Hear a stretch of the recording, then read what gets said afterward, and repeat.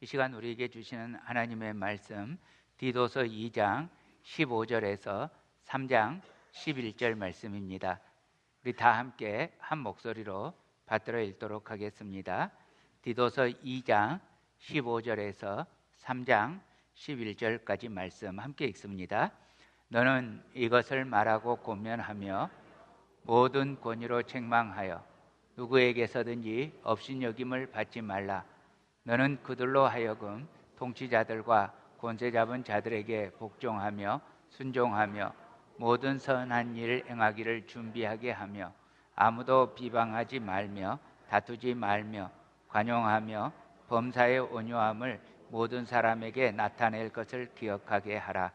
우리도 전에는 어리석은 자요 순종하지 아니한 자요 속은 자요 여러 가지 정욕과 행락에 종노릇한 자요 악독과 투기를 일삼은 자요 우리 구주 하나님의 자비와 사람 사랑하심이 나타날 때 우리를 구원하시되 우리가 행한 바 의로운 행위로 말미암지 아니하고 오직 그의 긍휼하심을 따라 중생의 씻음과 성령의 새롭게 하심으로 하셨나니 우리 구주 예수 그리스도로 말미암아 우리에게 그 성령을 풍성히 부어주사 우리로 그의 은혜를 힘입어 의롭다 하심을 얻어 영생의 소망을 따라 상속자가 되게 하려 하심이라. 이 말이 미쁘도다. 원하건대 너는 이 여러 것에 대하여 굳세게 말하라. 이는 하나님을 믿는 자들로 하여금 조심하여 선한 일을 힘쓰게 하려 함이라. 이것은 아름다우며 사람들에게 유익하니라. 그러나 어리석은 변론과 족보 이야기와 분쟁과 율법에 대한 다툼은 피하라. 이것은 무익한 것이요 헛된 것이니라. 이단에 속한 사람을 한두 번 훈계한 후에 멀리하라. 이러한 사람은 내가 아는 바와 같이 부패하여 스스로 정죄한 자로서 죄를 짓느니라. 아멘.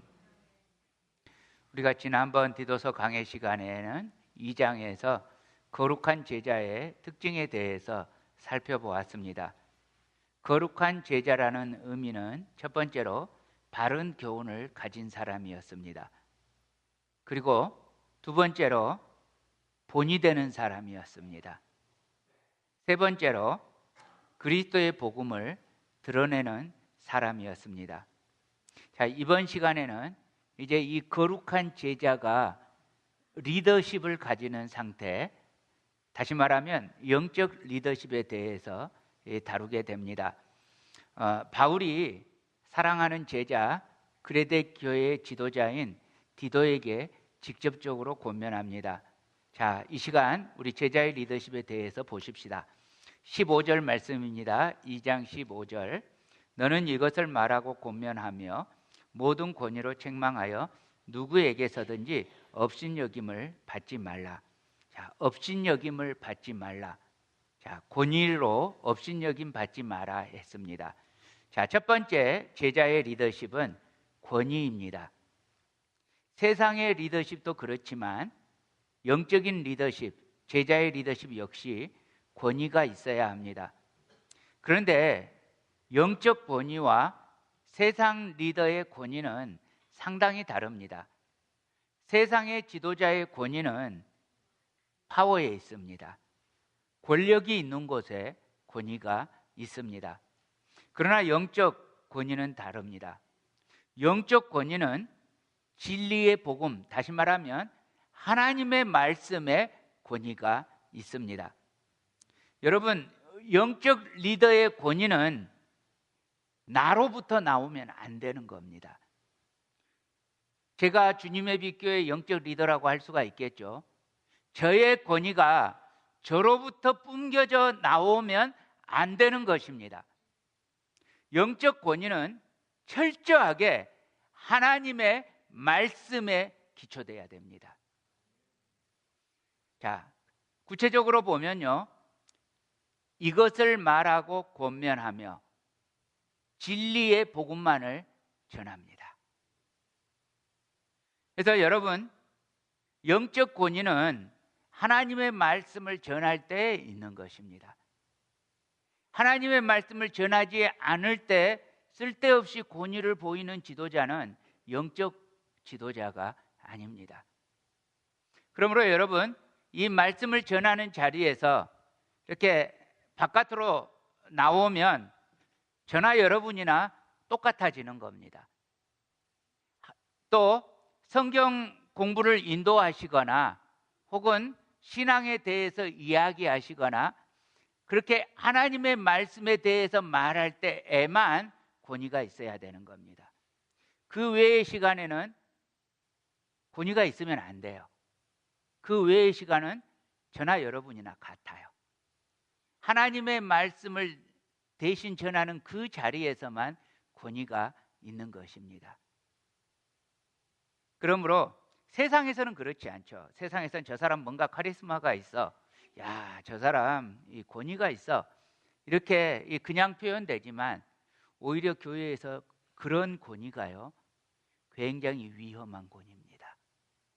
교회를 깨뜨리게 되고 예수님을 오히려 욕먹게 하는, 예수님 믿는 사람들이 어쩜 저럴 수가 있어, 이렇게 오히려 욕먹게 할 수도 있는 그런 권위가 될 수 있습니다.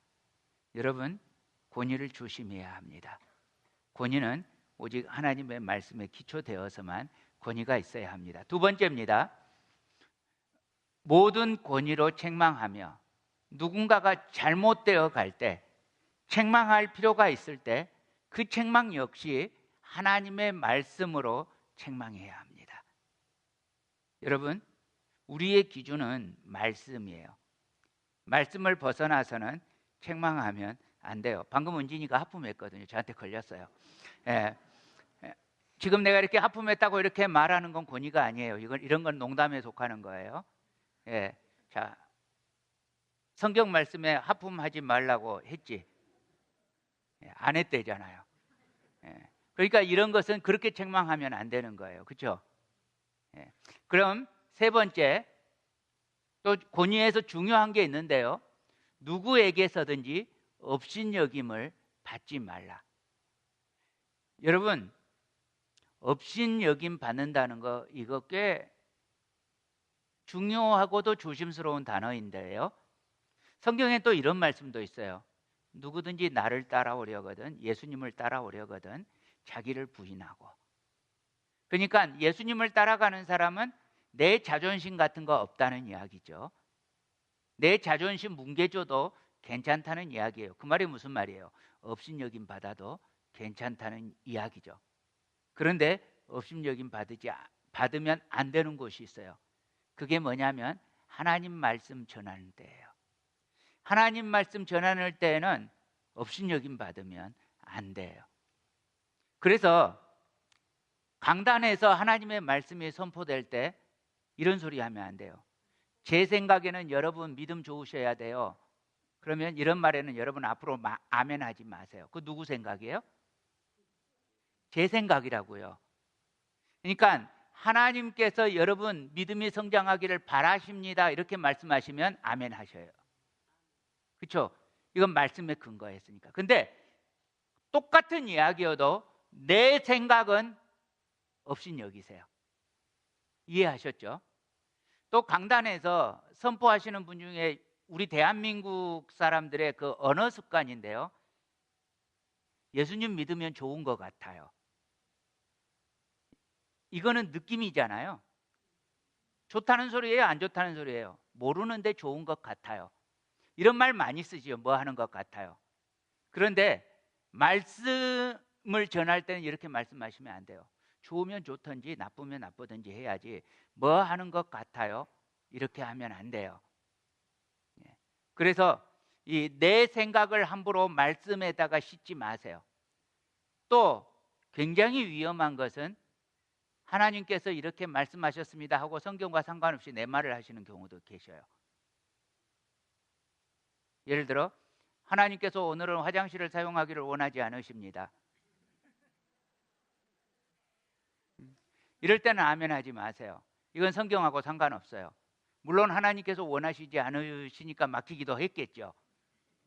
그렇지만 여러분 오직 말씀에만 아멘 하세요. 말씀으로 컨펌되지 않으면 아멘 하지 마세요. 그런 건 업신여겨도 돼요. 그냥 농담으로 여겨도 돼요. 오직 말씀에 있는 것만 아멘 하십시다. 그리고 내가 어떤 말을 하는데 누가 나를 업신여겨요. 기분 나빠하지 마세요.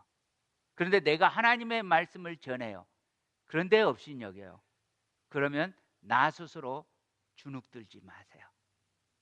내가 하나님의 말씀에 대해서 말하고 있는 저 사람이 나를 무시해도 주눅들지 마시고 말씀의 권위로 서세요. 그리고 그 말씀에 대해서 업신여기는 그 사람을 불쌍하게 여기고 그 사람을 위해서 축복하면서 기도해 주시기 바랍니다. 다음 구절 보겠습니다. 자, 디도서 3장 1절입니다. 함께 읽습니다. 시작. 너는 그들로 하여금 통치자들과 권세 잡은 자들에게 복종하며 순종하며 모든 선한 일 행하기를 준비하게 하며. 자, 두 번째, 이 제자의 리더십은 선교적 존재가 되는 것입니다. 지금 이 말씀 보면 국가의 권력에 대해서 복종하라고 말씀합니다. 그렇죠? 성경에서 그렇게 말했으니까 국가 권력에 복종해야 합니다. 국가 권력에 그리스도인이 잘 복종하는 것, 그럴 때 저 사람이 참 좋은 사람이구나, 이렇게 국가의 질서에 순종하는 사람이 이제 예수님 믿는 사람답게 선교적인 존재로 서게 됩니다. 그런데 국가 권력에 복종한다는 것은 항상 복종한다는 이야기는 사실은 아니에요. 예를 들어서요, 예수님이 제자들을 데리고 가이사랴 빌립보라고 하는 곳을 가세요. 근데 그 가이사랴 빌립보라고 하는 곳은 헤롯 대왕이 로마 사람들을 위해서 지어줬고 만들어준 도시예요. 그래서 가이사랴, 황제 빌립보라는 뜻이에요. 로마 황제 빌립보라는 뜻이에요. 그래서 이 도시는 로마 군대의 주둔지이고 또 로마 사람들의 휴양지예요. 굉장히 시원한 물이 흐릅니다. 그리고 굉장히 경치도 좋아요. 그곳에서 발을 담궜는데 어찌나 시원한지 여러분 가이사랴 빌립보에 초대합니다. 계곡물이 맑고 아주 좋습니다. 정말 그냥 마실 수 있을 만큼 맑습니다. 거기에다가 발 담그고 생선 이렇게 튀겨서 드셔요. 좋습니다. 그런데 이제 그곳의 도시는 로마식으로 지어져 있겠죠. 로마식으로 지어져 있는데 거기서 가장 큰 건물이 로마 황제를 기념하는 신전입니다. 그러니까 로마 황제를 신으로 모시고 있는 신전이에요. 그리고 이제 그 옆에 이제 다른 신전들도 있어요. 그런데 이 로마의 주신 이 주피터, 제우스죠. 그 신전이 황제의 신전보다 작습니다. 훨씬 작습니다. 그러니까 로마의 주신보다 로마 황제가 더 위대해요. 그래서 로마 사람들은 이 황제를 부를 때 주라고 부릅니다. 끼리에 주라고 부릅니다. 그리고 또 구원자라고 부릅니다. 살아있는 하나님의 아들이라고 부릅니다. 모든 왕 중의 왕, 모든 신 중의 신, 만왕의 왕, 만주의 주라고 로마 황제를 부릅니다. 근데 그 가이사랴 빌립보에 예수님과 제자들이 나타난 모습을 한번 상상해 보세요. 이곳은 로마 사람들의 도시예요. 로마 군인들이 있고 로마 사람들이 휴양하고 있어요. 로마 사람들이 입고 있는 옷을 생각해 보세요. 그런데 그곳에 유대인 한 무리가 나타난 거죠. 유대인들은 유대인의 옷을 입고 있죠. 그래서 딱 봐도 유대인들인 줄 알죠. 자, 로마 사람들이 있는 곳에 유대인들이 돌아다니니까 눈에 확 띄잖아요. 이 사람들이 이 황제의 신전도 구경하고 제우스 신전도 구경하는데 절을 하지는 않아요. 근데 로마 사람들이 알아요. 유대 사람들이 이런 신전에 절하지 않는다는 건 알아요. 그런데 왜 돌아다니는 거지 하면서 이렇게 눈에 띄죠. 거기는 시원한 물이 많이 있기 때문에 그렇게 구경한 다음에 어디쯤 가서 예수님과 제자들이 그 시원한 물에 발을 담궜을 거예요. 그리고 거기서 푹 쉬면서 예수님이 여쭤보는 거예요. 너희는 나를 누구라고 하느냐? 그때 베드로가 대답하는 거죠. 주는 그리스도시요 살아계신 하나님의 아들이십니다. 우리가 이거 그냥 이걸로 이 문장으로만 들으면 예수님께 신앙 고백했다 이렇게 듣는데, 사실은 이 문장이 어떤 문장이라고요? 로마 황제를 칭하는 문장이라고요. 그러니까 로마 황제에게 하는 말을 다른 곳도 아닌 가이사라 빌립보라고 하는 그 도시에서, 지금 그 물속에 앉아있지만 주변에 돌아다니는 사람들이 로마 사람들이에요. 들을 수도 있어요. 그곳에서 자기 스승을 향해서 황제의 명칭을 사용하고 있는 거예요. 여러분, 이건 목숨 걸어야 돼요. 그 자리에서 이런 말을 한다는 건 목숨 걸어야 돼요. 그래서 실제로 베드로가 이 신앙을 고백한 다음에 우리 기독교는 이제 로마 황제에게 이 명칭을 쓰지를 않아요. 우리 기독교는 이 명칭을 오직 누구에게 써요? 예수님께만 써요. 주는 그리스도시요 살아계신 하나님의 아들이십니다. 이걸 그 뒤로부터는 예수님에게로만 사용하고, 로마 황제는 가짜다, 가짜 주다, 가짜 살아있는 하나님의 아들이다, 가짜 그리스도다, 오직 예수님만이 진짜 주님이시고 진짜 그리스도이시고 진짜 살아계신 하나님의 아들이다 하는 거예요. 그러니까 로마 황제의 귀에 어느 순간 들렸겠죠. 그래서 로마에서 아주 잔인한 박해를 시작하게 되는 이유이기도 합니다. 그런데 이렇게 이 하나님에 대해서는 양보하지 않아요. 그것에 대해서는 순종하지 않아요. 그러나 질서를 구축하고 법을 지키는 이 영역에서는 우리가 순종합니다. 그런데 하나님의 법에 어긋나는 것은 순종하지 않습니다. 예를 들어 성경에서 악이라고 하는데 국가는 선이라고 해요. 그러면 우리 기독교는 순종할 수 없습니다. 오늘날 우리 미국에서 가르쳐지는 것 중에 음란은, 음행은 더 이상 죄로 여기지 않아요. 여러분, 통탄할 일인데 지금 주니어 하이에서 레벨에서요, 중학교에서 아이들에게 성행위를 가르쳐요. 변태적인 성행위를 가르쳐요. 결혼 안에서만 성이 있어야 된다, 순결을 가르치는 게 아니라 성을 즐거운 것, 행할 만한 것 하고 가르치고, 혹시 부모가 야단쳐도 그건 부모가 아웃 오브 데이트였기 때문이라고 그렇게 가르칩니다. 교회도 너무 전통적인 것이기 때문에 아직 어리석다고 가르칩니다. 여러분, 여기 중학교 이름 뭐죠? 렉싱턴. 거기에서 지금 가르쳤다고 그렇게 지금 전해져 왔어요. 기가 막히는데 여러분, 정상적인 성행위가 아닌 이상한 성행위까지 다 가르치고, 자유기구까지 다 가르치고 아이들에게, 이런 시대를 우리가 삽니다. 여러분, 성경에서 음행은 죄예요. 동성애도 죄예요. 죄는 죄로 가르쳐줘야 돼요. 죄를 죄가 아니라고 하면 우리는 거기에 대해서는 순종할 수 없습니다. 그러나 그럼에도 불구하고 국가의 질서, 예를 들어 세금 내고 하는 이런 것들을 우리는 순종합니다. 그래서 그렇게 순종하는 이유가 선교적 존재가 되어서 이 땅에서 주님의 빛으로 서기 위함입니다. 다음 성경 구절 보겠습니다. 2절입니다. 아무도 비방하지 말며 다투지 말며 관용하며 범사의 온유함을 모든 사람에게 나타낼 것을 기억하게 하라. 여러분, 영적 리더, 제자의 리더십의 세 번째 특징은 기억하게 하는 겁니다.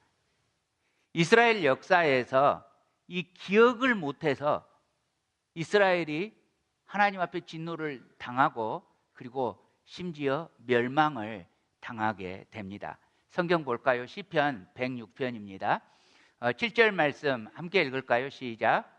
우리의 조상들이 애굽에 있을 때 주의 기이한 일들을 깨닫지 못하며 주의 크신 인자를 기억하지 아니하고 바다 곧 홍해에서 거역하였나이다.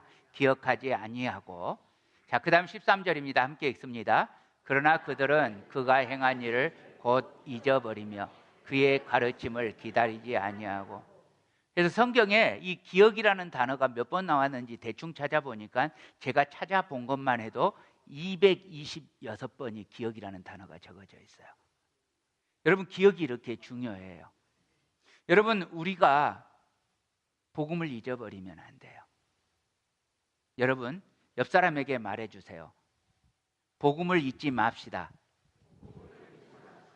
진리를 기억합시다. 우리는 복음을 잊어버리면 안 됩니다.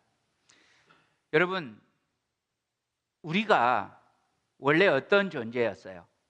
3절에 보면요, 우리도 전에는 어리석은 자요, 순종하지 아니한 자요, 속은 자요, 여러 가지 정욕과 행락의 종노릇한 자요, 악독과 투기를 일삼은 자요, 가증스러운 자요, 피차 미워한 자였으나. 여러분, 이렇게 우리가 전에는 허물과 죄로 죽어버린 존재였어요. 그런데 이런 우리에게 우리 주님의 자비와 사랑이 나타났습니다. 4절에서 7절 또 함께 읽습니다. 시작.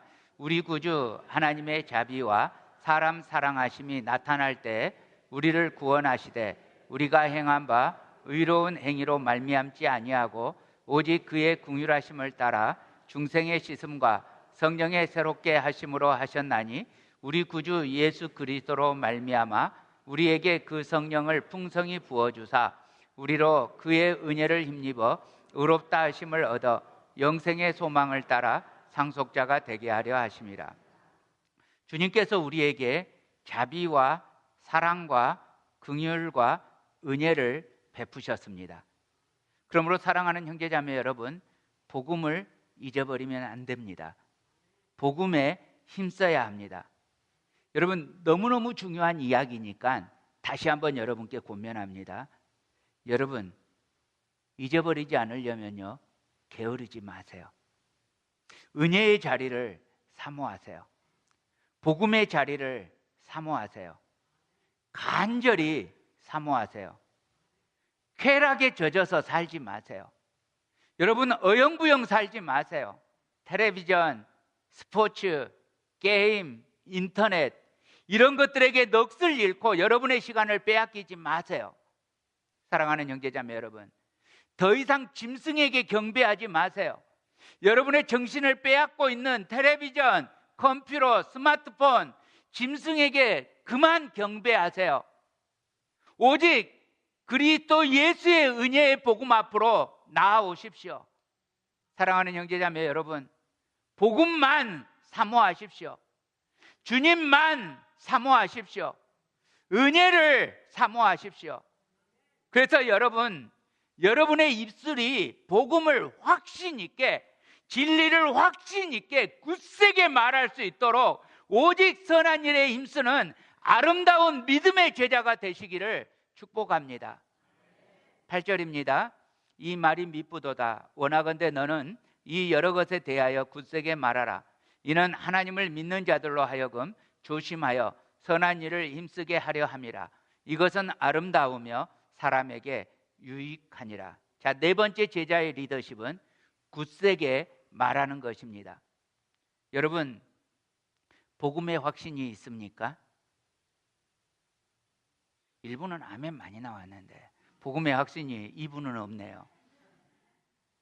나 같은 죄인을 우리 주님께서 자비와 사랑과 긍휼과 은혜로 살리신 그 복음의 감격이 여러분에게 있습니까? 그렇다면 이 복음을 굳세게 말해야 돼요. 강력하게 선포해야 돼요. 여러분, 거짓 교사들은 지금 이 성경이 말하고 있는 초대교회 때도 그렇지만 지금도 복음을 혼란스럽게 합니다. 복음에다 이것도 있어야 된다고 보탭니다. 마치 복음만으로는 충분하지 않은 것처럼 복음에다가 심리학 보태고, 복음에다 사회학 보태고, 복음에다 인류학 보태고, 마케팅 보태고, 온갖 세상의 기술들을 다 보탭니다. 사랑하는 형제자매 여러분, 그럴 필요 전혀 없습니다. 복음이면 충분합니다. 그러므로 사랑하는 형제자매 여러분, 확신을 가지고 굳세게 선포하시기를 축원합니다. 9절에서 11절입니다. 그러나 어리석은 변론과 족보 이야기와 분쟁과 율법에 대한 다툼은 피하라. 이것은 무익한 것이요 헛된 것이니라. 이단에 속한 사람을 한두 번 훈계한 후에 멀리하라. 이러한 사람은 네가 아는 바와 같이 부패하여 스스로 정죄한 자로서 죄를 짓느니라. 다섯 번째, 제자의 리더십은 본질이 아닌 것에 대해서는 신경 쓰지 않습니다. 여러분, 다시 한번 강조합니다. 복음이면 충분합니다. 주님이면 충분합니다. 주님이 하십니다.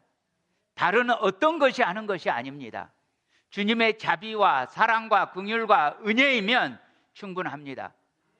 그러므로 그 외에 모든 어리석은 변론과 족보 이야기와 분쟁과 율법에 대한 다툼은 피하라고 했습니다. 여러분, 무익하고 헛된 것에 디베이트 하지 마십시오.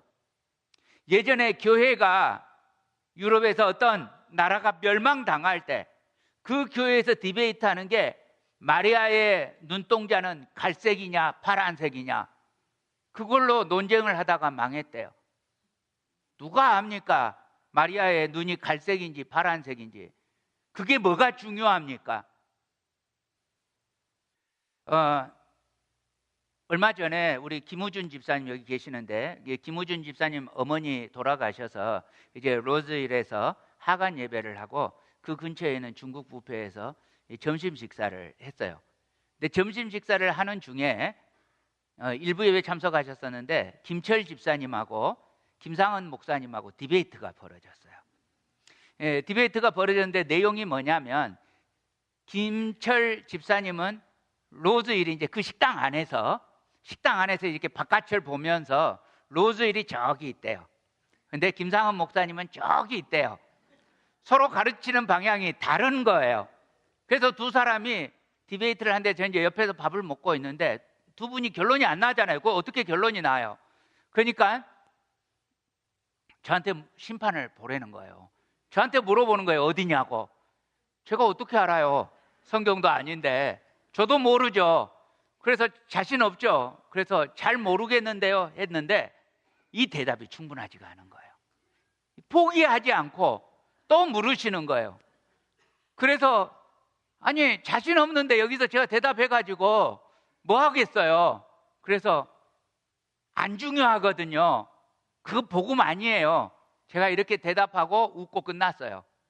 그리고 이제 바깥에 나왔는데, 바깥에 나오니까 이제 좀 잘 보이잖아요. 김철 집사님이 맞았어요. 예. 그래서 김철 집사님이 보면서 보라고 적이지 않냐고 이제 가리키면서 이러셨나 봐요. 저는 멀리 있었어요. 근데 제가 이제 제 차 쪽으로 이렇게 가까이 가는데 이제 김철 집사님하고 맞닥뜨리는 거예요. 김철 집사님 목사님 하면서 뭐라 그랬는데 제가 기가 나쁘잖아요. 못 알아들었어요. 못 알아듣고서 제가 이제 한 반응이 집사님 뭐라고 하셨어요? 했는데 이분이 아차 싶었나 봐요. 그래서 거기서 저한테 목사님 안 중요해요. 그거 복음 아니에요. 이렇게 말씀하시는 거예요. 얼마나 기쁜지. 이 김철 집사님 여러분 아십니까? 얼마 전까지 안 믿어진다고 하셨던 분이셔요. 이분이 복음 아니다고 이렇게 말씀하는데 너무 행복했어요. 뭘 나한테 물어봤는지는 모르지만 뭐 뻔하잖아요. 그런데 너무 행복했어요. 그래서 제가 집에 와서 또 제 아내에게 자랑했어요. 김철 집사님이 복음 아니다고, 중요하지 않다고 이렇게 말씀하셨노라고 자랑했어요. 여러분, 지금 또 자랑하는 겁니다. 우리는 오직 복음의 본질, 생명의 본질, 진리의 본질, 예수 그리스도의 본질, 그것에만 힘써야 합니다. 사랑하는 형제자매 여러분, 영적 리더십을 다시 한번 정리합니다. 첫 번째요, 영적 권위가 있어야 합니다. 이 영적 권위는 나로부터 나오는 권위가 아니고 하나님의 말씀에서부터 나오는 권위입니다.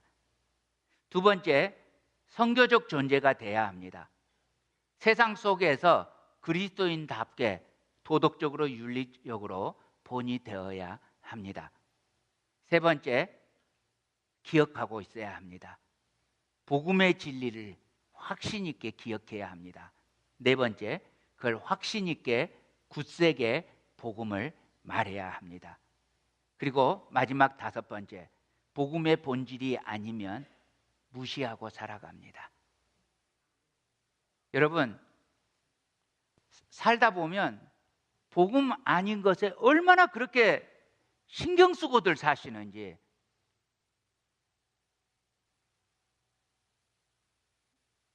얼마 전에 어마어마한 로또에 누가 당첨됐다고 하더라고요. 맞나요?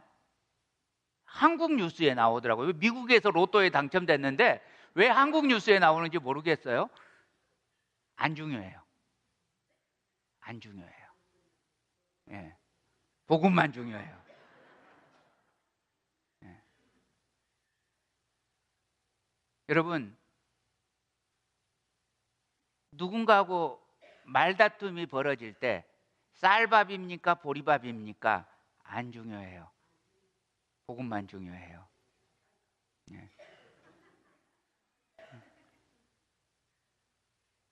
복음만 중요합니다. 본질에 신경 쓰면서 사십시다.